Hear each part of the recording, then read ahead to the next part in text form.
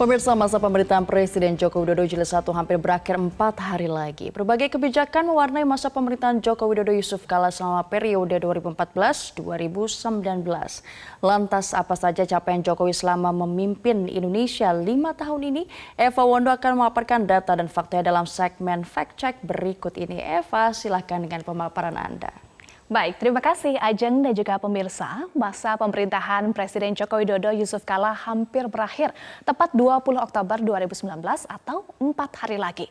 Dan 20 Oktober 2019 pemerintahan Jokowi Jilid 2 bersama Kiai Haji Ma'ruf Amin akan dimulai. Selama 5 tahun memimpin sejumlah capaian telah diraih oleh Jokowi JK. Apa saja? Mari kita cek faktanya Ajeng dan juga pemirsa. Ya, ini yang pertama. Pertama, pemerintahan Presiden Jokowi berhasil menjaga laju inflasi.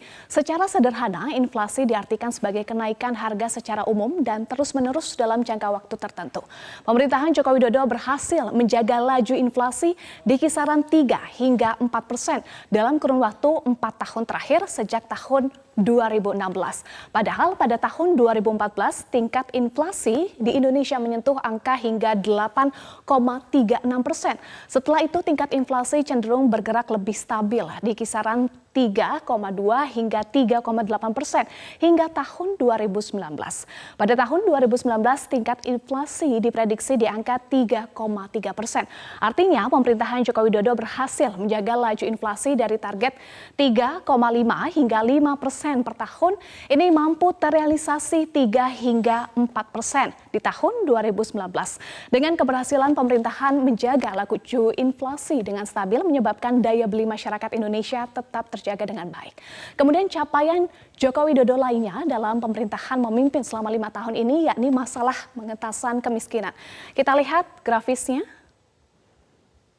Ya, ini dia. Pemerintahan Jokowi Jilid pertama berhasil menurunkan angka kemiskinan di Indonesia menjadi single digit. Hingga tahun 2018, angka kemiskinan di Indonesia telah menurun mencapai 9,2%. Turun jika kita bandingkan dengan bulan Maret di tahun 2014 yang angkanya menyentuh 11,25%. Pemerintah masih optimis tahun 2019 ini angka kemiskinan di Indonesia masih bisa ditekan di level 9,2% atau sama di tahun 2018.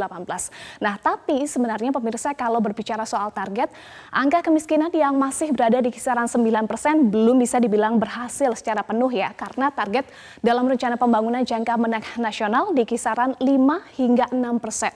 Nah, ini tentunya masih menjadi pekerjaan rumah pemerintahan Jokowi Jilid kedua mendatang. Selanjutnya yakni target dwelling time Indonesia atau waktu tunggu barang di pelabuhan menurun.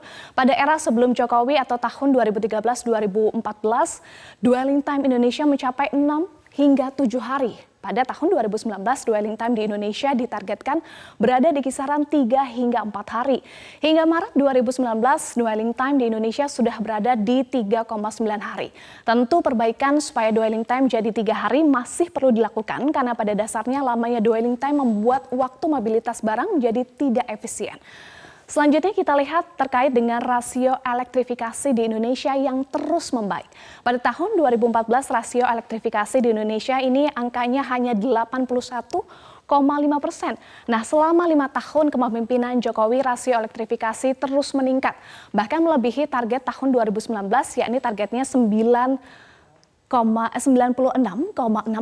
Namun kemudian realisasinya menurut Menteri SDM Ignatius Jonan mengklaim saat ini rasio elektrifikasi sudah mencapai 98,83%. Pemerintah menargetkan rasio elektrifikasi Indonesia pada tahun 2020 mendatang mencapai 100% agar tentunya seluruh masyarakat Indonesia bisa menikmati penerangan.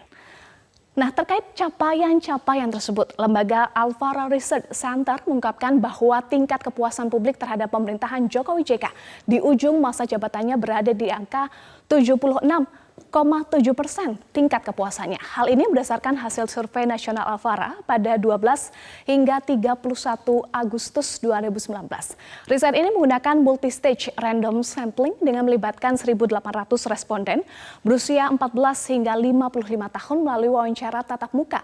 Sampel diambil di seluruh Indonesia yang tersebar di 34 provinsi dengan jumlah sampel tiap provinsi proporsional terhadap jumlah penduduk rentan margin of error sebesar 2,3%. 35% dengan tingkat kepercayaan 95%.